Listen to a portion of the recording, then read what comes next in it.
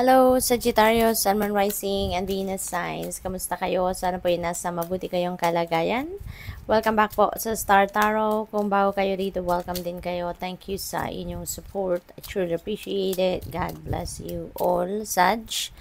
Pauna mensahe po ninyo, channel. You are a channel through which healing energy reaches the world. Ayan. So, siguro, Sag, you are a healer, no? Meron kayong healing energy na siguro dapat ay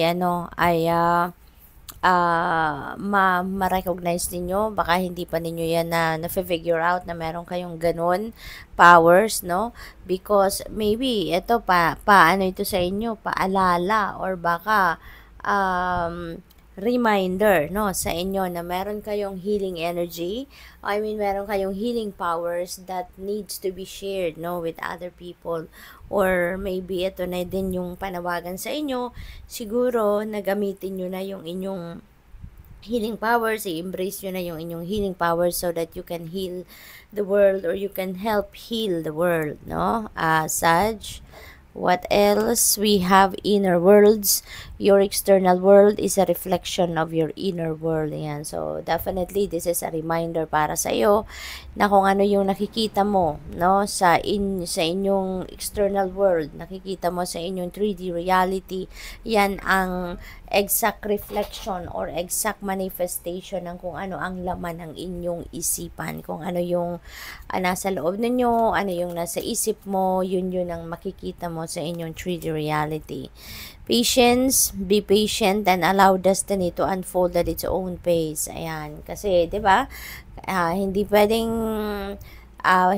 nating ipagpilitan kung ano yung gusto natin, hindi ba? Dahil kahit anong gawin natin, pagpipilit, kahit anong gawin natin, pag-i-insist, no?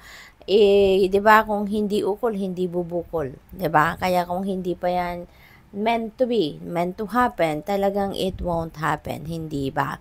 Kaya, Sagittarius, kailangan nating mag-practice ng patience pa and laging tayong makikinig sa ating intuition because that intuition is going to lead us to the right direction. Our intuition will always guide us towards the right path, 'di ba? At habang tayo'y naghihintay, I let go natin yung control natin over the outcome, no? Kung ano man ang gusto nating mangyari. Kasi nga, 'di ba, the more na mag-insist tayo, the more na ipagpipilitan natin, even if nakikita na natin na hindi talaga umuubra yung mga ginagawa natin, hindi ba? Yan ay mas lalong makokomplika, yan ay mas lalong lalayo, no, sa inyo. Kaya be patient, okay? And allow the destiny to unfold. Meron ditong energy of surrender na hinihingi sa inyo, no? So, we have creation. Being creative is a wonderful way of witnessing the unfolding of your limitless creative soul. Ayan. So, siguro you are going to create something beautiful sa buhay ninyo sa ngayon. Merong mga magagandang bagay, merong mga creative ideas siguro that that you're going to put out, no? Yung ganon. So, good luck sa iyo. So, tignan natin kung ano pa ang ganap for Sagittarius.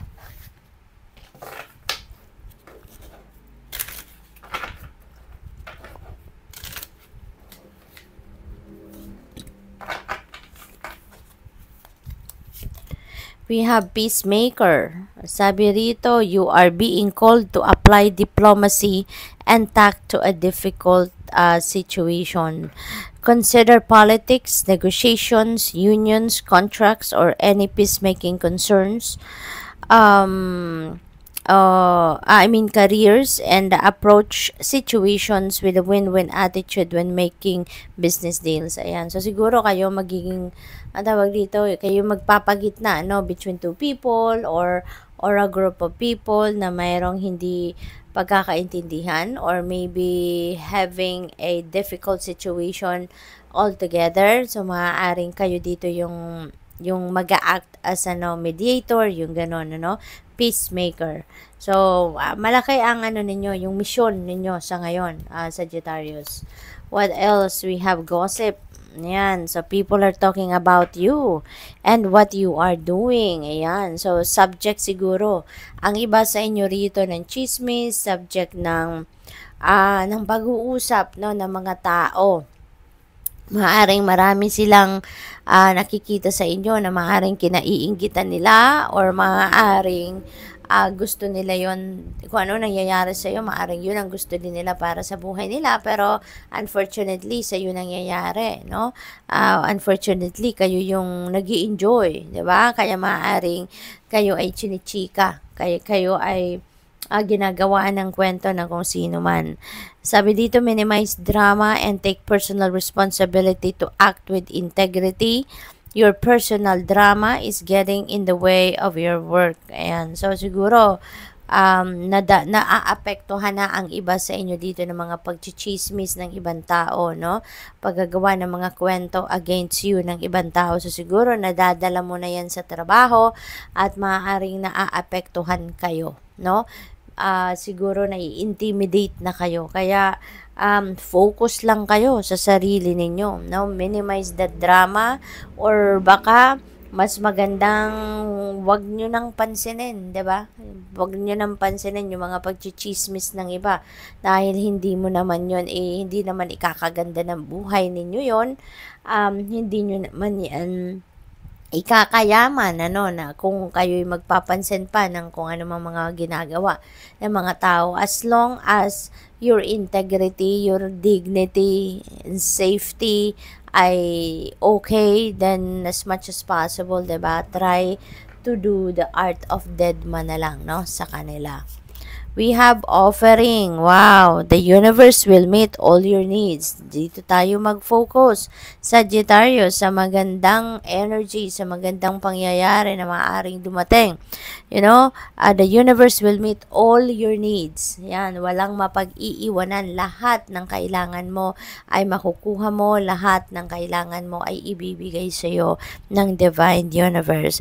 So, consider having a money altar. Yan, sabi dito, call upon your spirit guides and angels to assist you during this time. Ayan, so always call on, no, your spirit guides and angels and the rest of your spirit team para tulungan ka, no, on how you're going to navigate your circumstances sa ngayon, at saka para tulungan ka, protektahan ka, gabayan ka at gwardiyahan ka sa lahat ng mga nangyayari sa buhay ninyo sa ngayon. We have silence, moving in silence while you continue to build. Ito yung yung parang quiet lang kayo. Kunyari, meron kayong pinaplano gawin, no? Meron kayong, kung ano man, nag-i-strategize kayo regarding sa buhay, regarding plans for the future, or kahit ano pa man yan, ano? Keep it close to your heart. No, wag mong ikikwento, wag ka munang mag-share niyan sa iba. Kasi the more na mag-share ka niyan sa iba, maaaring merong mag-sabotage sa'yo, maaaring merong uunahan ka kung ano yung plano mo, uunahan ka na, 'di ba? Yung mga ganun. Kaya as much as possible, build while moving in silence while you continue to build. So, sige, pagtrabahuan mo, pagsikapan mo, pagplanuhan mo hanggang sa sinimulan mo na, tsaka na lang malalaman ng mga tao yung inyong ginagawa. Rather than kinikwento mo na hindi ka pa naman nagsisimula. Kasi maraming chance dyan, no? Maraming inggitero at inggitera sa inyong paligid. Kaya kung meron kang i-share na sa iba, no, most likely yan ay masabotage lang. No? So, silence is the best way to increase your personal power. That's very true.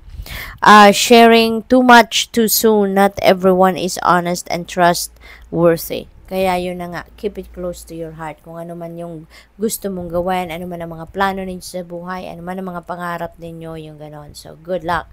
Thank you for watching. Love and light. Namaste.